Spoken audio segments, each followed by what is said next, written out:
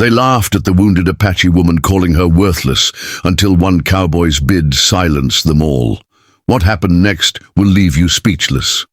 Watch till the end, subscribe for more powerful stories, and tell me in the comments, where are you watching from? Let's get started. The dusty auction yard simmered under the high noon sun, the smell of sweat, leather, and cheap whiskey heavy in the air. Men lounged against fence posts, spitting tobacco juice into the dirt, waiting for the next round of sales. Horses, wagons, rifles, anything could be traded here. But today, something darker was on the block. When the iron doors creaked open, two men dragged a woman forward. Her steps faltered, blood darkening the torn buckskin at her side, but her chin never dipped. She was Apache, proud and fierce, even in chains, even in pain. The murmurs grew louder. The auctioneer, a fat man with greasy hair and a booming voice, smirked as he shoved her toward the platform. Here she is, gents. Not much left but bones and fire. Not worth a good horse. The men roared with laughter, stomping their boots, jeering. Some tossed coins in the dirt just to mock her, yet through it all her eyes did not lower. They burned, black and defiant, scanning the faces that wished to buy her fate. It was a gaze meant to wound, not to plead. That alone unsettled more than a few. In the crowd stood a man apart. A cowboy, tall and lean, his hat brim pulled low to shade his expression.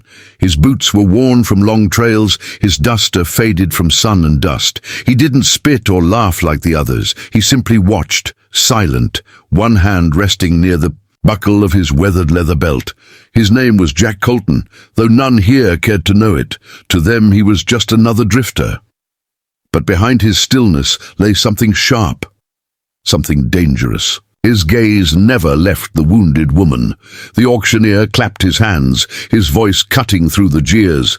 Well, let's start at $20 for this fine piece of property. Who'll take her? A drunk shouted 10, sparking another round of laughter.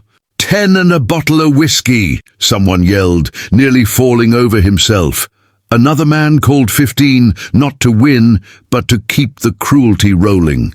The wounded woman stood tall despite her trembling body, her face set like stone. To her, the mockery was nothing new. It was survival. But something in her eyes, that flicker of fire, caught the cowboy's chest like a hook. As the bidding stalled with jokes and slurs, Jack stepped forward. His boots thudded in the dust, and the crowd hushed, sensing a shift. The auctioneer grinned, rubbing his greasy hands together. Well now, maybe this stranger knows value. Jack's voice came low, steady as the click of a revolver's hammer. $200. The yard froze, mouths hung open. No, and laughed. It wasn't just the price, it was the weight behind the words. $200 could buy a fine horse, a plot of land, a man's freedom. To throw it on a woman they mocked as worthless. Unthinkable. The drunkards muttered, when spitting in the dirt, "You're a fool, cowboy." Another tried to match, but his words died on his lips when Jack's hand brushed against his gun belt. Not a threat, just a reminder.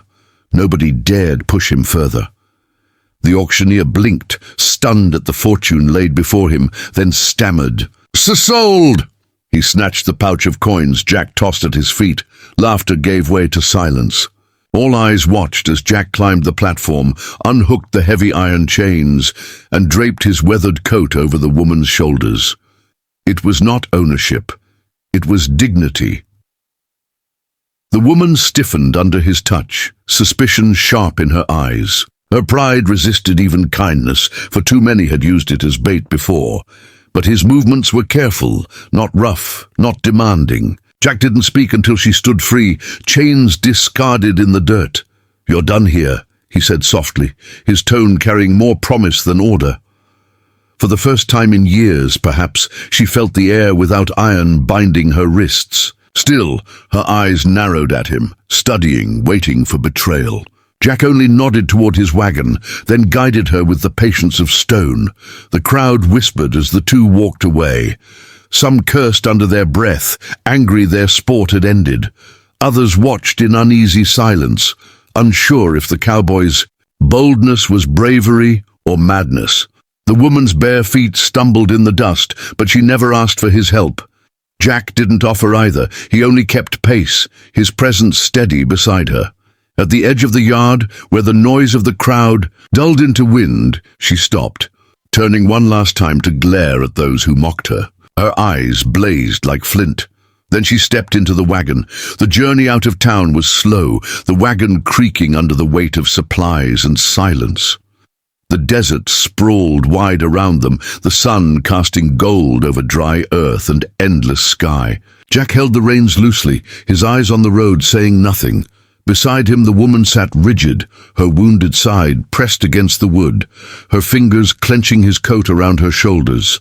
She didn't thank him.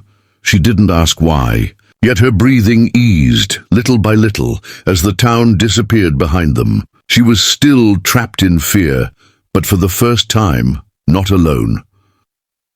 Jack glanced at her once, catching the tension in her jaw, the strength in her eyes. She wasn't broken. She wasn't what the auctioneer claimed.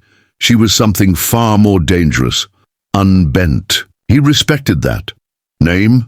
he asked quietly, almost like speaking to the wind. The woman didn't look at him, but after a long pause she answered, her voice raspy with exhaustion but steady. "Ahyoka." The name carried weight, meaning history. Jack nodded once, repeating it under his breath as though carving it into memory. He asked nothing more.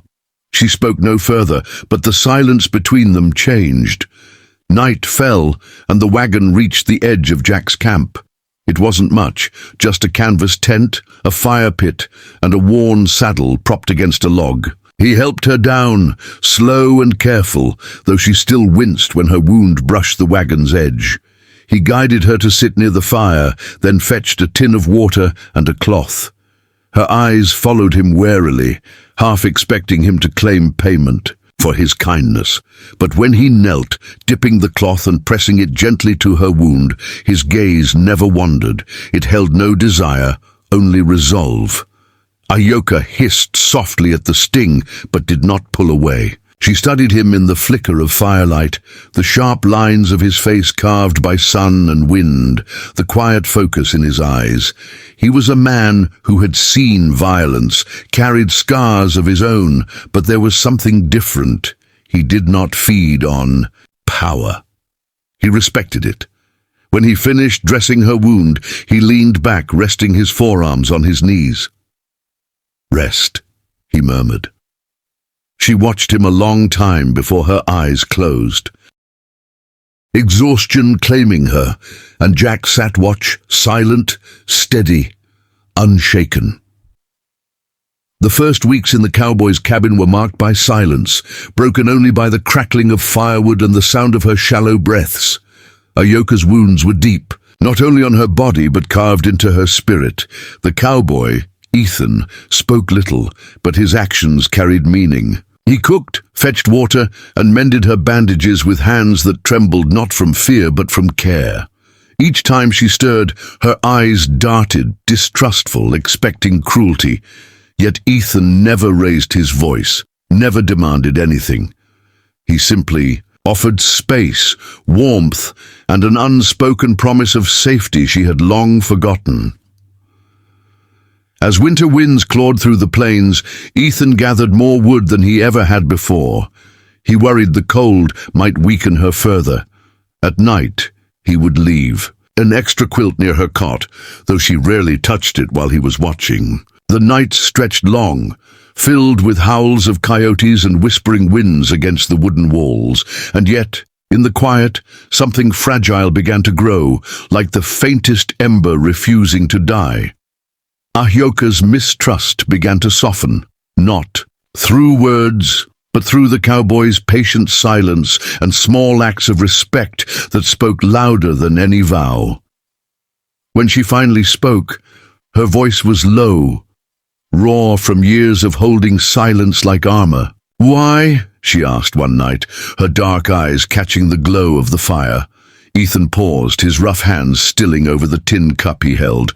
He looked at her, not as one might study a stranger, but as though her question mattered more than anything he'd ever been asked.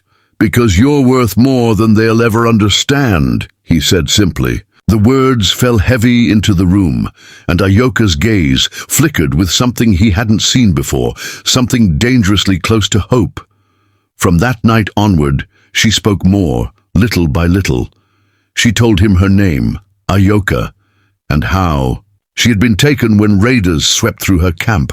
Her story was punctuated by long silences, but Ethan never interrupted, never filled the gaps with pity. He simply listened, every word she shared settling in his chest like a burden he wished he could carry for her. By spring, she had healed enough to walk with strength again, and for the first time he saw her standing beneath the sun, her hair loose, her eyes burning with a pride unbroken by captivity. Ethan saddled 2 horses one morning, wordlessly offering her the reins of his mare. She hesitated, suspicion still shadowing her gaze, but when her hands wrapped around the leather, the horse snorted gently as though recognizing her spirit. They rode together across the plains, the wind carrying away months of silence.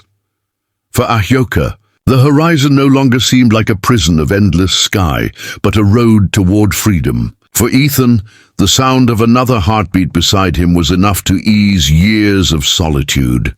Neither spoke of it, but both felt the shift, something unspoken, steady and strong. The town, however, had not forgotten. Whispers carried like dust. On the wind, some called Ethan a fool, others muttered about paying good money for a savage. One evening, as Ethan traded supplies, a group of men cornered him outside the saloon. "She ain't worth the silver you dropped," one sneered, spitting tobacco at his boots. Ethan's hand tightened on the reins, his jaw clenching, but he did not draw his gun. Instead, he looked each man in the eye and said, "She's worth more than every coin in this town combined." His voice cut deeper than bullets, and silence followed him. Back at the ranch, Ahyoka noticed his bruised knuckles and the dust on his coat. She said nothing, only pressed a cool cloth to his hand as the fire crackled between them. Ethan caught her gaze, and in that moment words weren't needed. Respect had turned to trust, and trust was blooming into something stronger. Each day they rode farther, laughed more, and shared stories by the fire. Ahyoka's scars remained, but beside Ethan, they became not symbols of defeat, but of survival. She was no longer just healing, she was living again. By late spring, wildflowers carpeted the plains in colors brighter than Ethan had ever seen. He found himself watching her more than the horizon, the way her laughter carried across the fields, the way freedom seemed to have returned to her spirit. One morning as the sun rose, she rode beside him and asked softly, "Would you still have paid for me if I were whole?" He turned his head, meeting her steady gaze. "I didn't buy you," he said. "I bought your freedom. The rest you gave back to yourself." She smiled then, the kind of smile that healed years of silence. Their bond, forged in hardship, deepened into a love neither expected. Ethan had spent years believing his life would end in solitude, just a quiet cowboy fading into the dust. But with Ahyoka, he felt the strength of something new, something worth fighting for. One evening, as the sky blazed crimson over the plains, she placed her hand over his, a gesture small but filled with meaning. "You gave me freedom," she whispered. "Now, I give you mine." Ethan's heart, scarred and weathered, beat strong. Again, the cowboy who once paid for her dignity now found himself richer than gold. By the time summer rolled in, they were partners in every sense, working side by side, riding together, and sharing the burdens of life on the frontier. The land was harsh, the world cruel, but in each other they found resilience. What had begun in an auction yard of cruelty ended beneath the vast, endless sky of the West, not with chains, but with choice. Ethan had saved Ahyoka, but Ahyoka had given him something greater: trust, love, and a reason to believe in tomorrow. Together they rode on, not as savior and saved, but as equals, free at last.